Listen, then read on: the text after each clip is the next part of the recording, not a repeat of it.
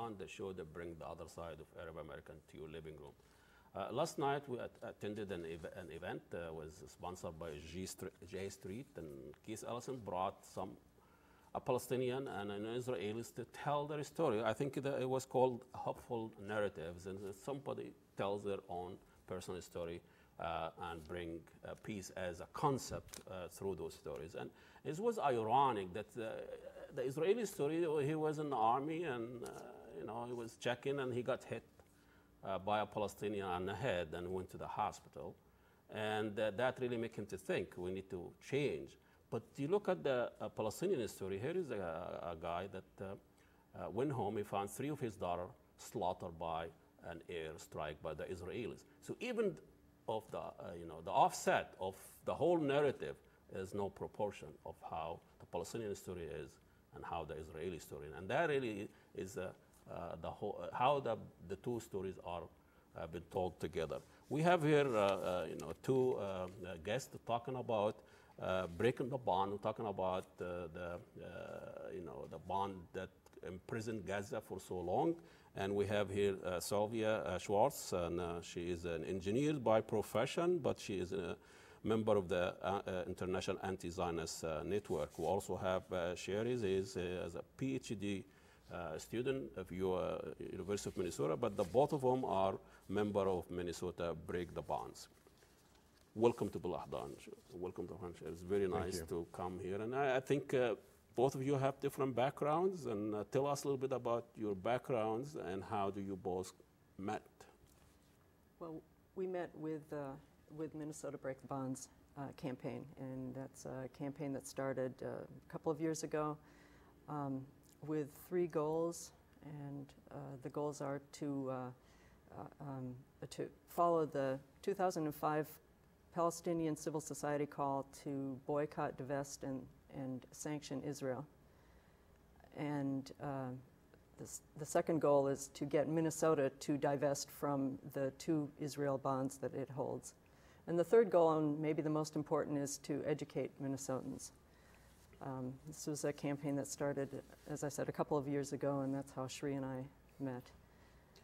Your background, you study in University of Minnesota. Yeah. Were you dealing with bonds and why am I involved in this? Yeah. So I know all problems start with geography, and that's your field. Well, I mean, fundamentally, the Palestine issue is something that affects all of us. And I come from India, and I come from a country that's faced colonial oppression and has successfully fought colonial oppression. And I feel like, in the spirit of solidarity, like the Palestine issue was very close to my heart. And when I came to Minnesota to start my PhD in 2008, I was seeking around for like Palestine solidarity groups to get involved with. And that's how, through multiple steps, I got in touch with the Minnesota Break the Bonds campaign and have been very active with it ever since. Well, so you were born in India? Yeah. I'm when Indian. did you come to Minnesota or to the United States? Well, I've been in the States for the last 5 years or so, but I came to Minnesota specifically to start my PhD in August of 2008. When were you made aware of Palestinians' issues and victimization that you can relate to? I mean, all it takes is you just have to open your eyes a little bit to be able to see the sort of... You stop going to the shopping mall. I think that's I mean, yeah, exactly. I recommend that to Americans. Yeah, and you stop watching TV, and start reading. And to see sort of the structural oppression that Palestinians have gone through for, generations, right? And I was able to sort of look back on my own history again as I come from India that went through like many centuries of British colonial rule, and I see in many ways sort of an image of my history in their struggle, and that's what got me thinking about it. It was purely like political, but as I got more and more involved with the struggle, more and more involved with the movement, and I took a trip to Palestine in 2005 that really on your changed own my or life. Other, No, it was with the Peace and Justice group when I was working in Boston, and that really changed my life to see that oppression and to see the apartheid-like treatment, the occupation, firsthand changes anybody's life, So. Sylvia, you are an engineer by profession. Mm-hmm. So an engineering mind, and how that I know you're involved also in the water project, and I think that's a very untold story, the water crisis in the Middle East and in Israel. And tell us a little bit about this project and what are you trying to accomplish? Yeah, I just started working with LifeSource. It's an organization based in the West Bank, and they do water and wastewater issues in Palestine. The West Bank sits on the aquifer, the only aquifer which supplies water to Israel, and of course the West Bank. And Israel owns the rights to all of the water. It takes the water. Chosen people, they can't own anything. Well, Israel takes the water and sells it back to the Palestinians, and at a much higher rate than it sells to the settlements. Oh. And there are numerous water issues, but in my opinion, the water issue is the biggest obstacle to a two-state solution, because there is no way that Israel will give up the rights to the aquifer and allow the people living on that land to take that water. Well, obviously they do want to starve them. You don't want to starve your neighbor. I mean, that's not enhancing your security. So what, I don't understand. I understand we go to the Chinese, we take their water, and then we package it, and we sell it back to them as an entrepreneurial thing.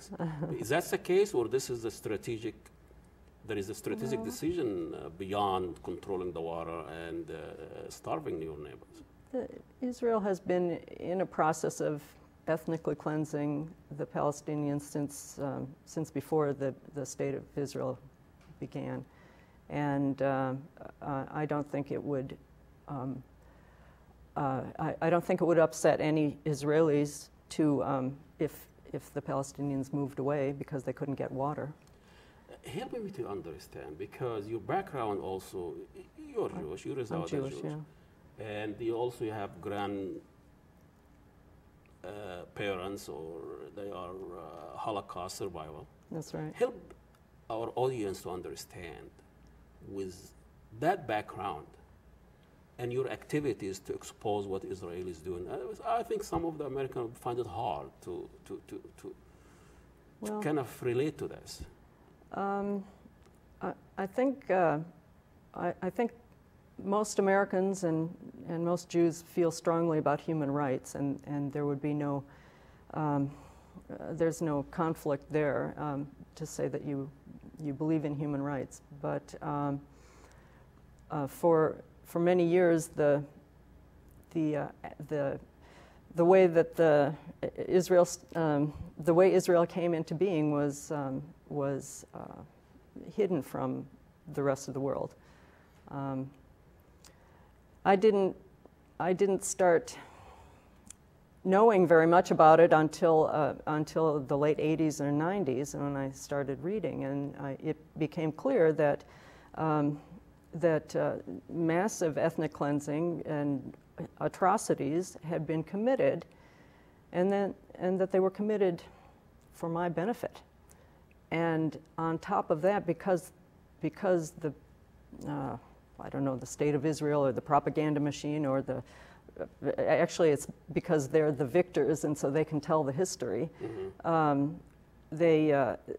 They knew that if they told the true story, what was happening, that most Jews would reject it.